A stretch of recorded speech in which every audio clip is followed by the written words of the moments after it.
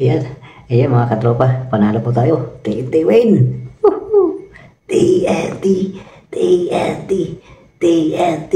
Yan, game 1 katropa, panalo tayo. Alam niyo naman mga katropa kung anong papanalo sa kanila.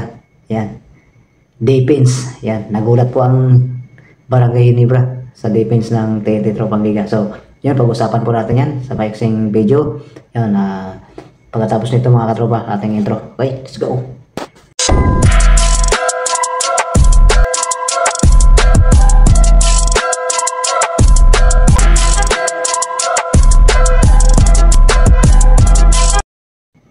Okay, what's up mga katropa, mga kabarangay dyan?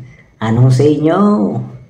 Ayun, nanahimik yung mga barangay fans dahil hindi pa nag-umpisa ang laro. Ngawa na Diada daw 20 ngayon dahil kompleto na daw sila ang Ginebra. So wala pa Jason Castro, injury pa daw. So yun, kinain nyo yung sinabi nyo, yan ang dapat sa inyo. So yung nga mga katropa, game 1 kanina, natapos din ang game 1 sa finals versus TNT versus Barangay Ginebra. So ang TNT ay 95, ang Ginebra ay 89. So yung nga nadali yung Ginebra. Guys, tama yung prediction natin kahapon na TNT mananalo nito kasi gugulatin nga ang Ginebra sa napakatinding depensa ng TNT Tropang Giga. So sabi ko na nga mga katropa, yung Northport at saka Ginebra, practice game lang nila yon. Hindi sanay ang Ginebra sa matinding depensahan mga katropa. So ang TNT at saka yung Renorshine, yun yung tunay na semifinals. Kaya sanay ang TNT sa napakahigpitan na laban. So yun, nagulat ang Barangay Ginebra sa ginawa ng TNT Tropang Giga ngayon. So yun, ang resulta, talo sa game 1. So yun nga mga Barangay Ginebra fans, so sorry, panalo po kami. So congratulations sa ating mga TNT fans, tayo nanalo po ngayon. So yun, ito yung masasabi natin sa ating team na TNT Tropang Giga. Kaya po sila nanalo ay number 1 po yung defense nila. So pangalawa yung opensa nila, guys. Mga fans ng TNT Tropang Giga, yun ang opensa po nila: RR Pugoy, Optana, Billy Williams, Rinang Batak, Kimauring, Kubuntin, Poy Eram, lalo na sa ating napakasipag na import si left-handed Kobe Bryant, RHJ Jefferson. So congratulations guys, congratulations TNT fans, congratulations sa ating team, especially kay sa ating coach na si Chut Reyes. Yan. So ano ba ang ginawa ng TNT kung bakit nanalo sa game na to?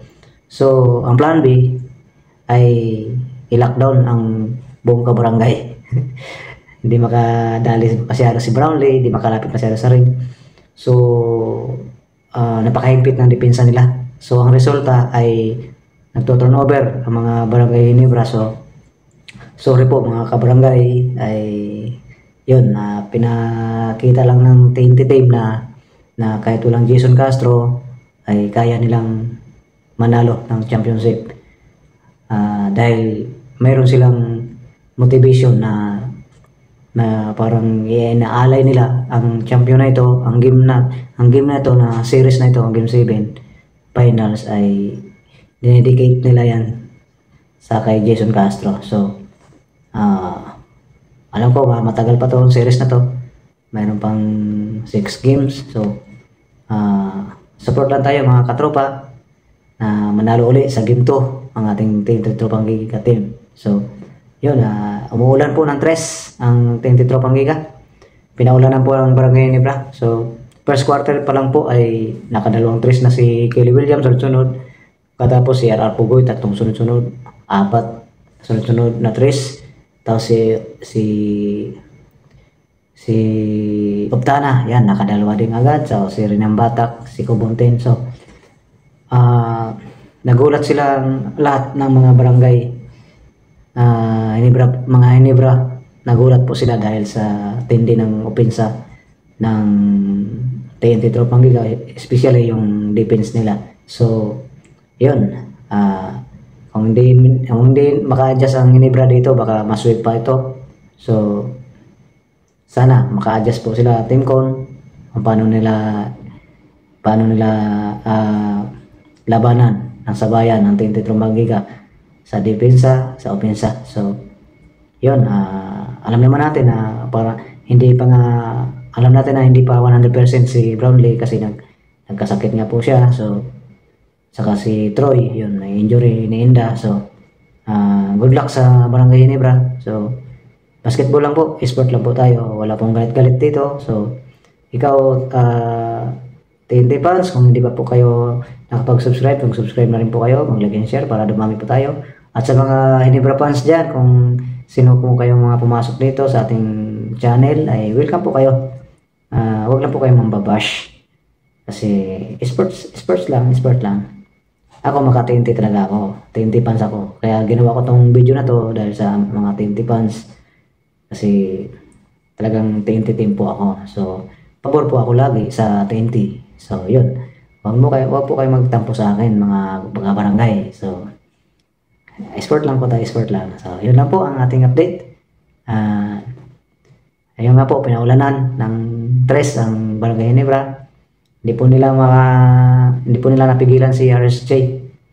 Grabe yung import natin, si Jefferson. Napakahusay, wala po talagang wala akong masabi.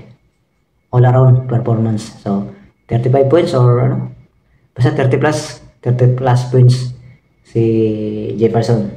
So yung mga locals yun, tulong-tulong sila. Grabe depensa. So good luck sa next game mga katropa. So bawi na lang kayo mga kabarangay kung makakabawi kayo. So yun, maraming salamat at wala tayong subscribe pa-shoutout ngayon mga katropa. So yun na po, maraming salamat sa inyong panonood. God bless all. Bye bye.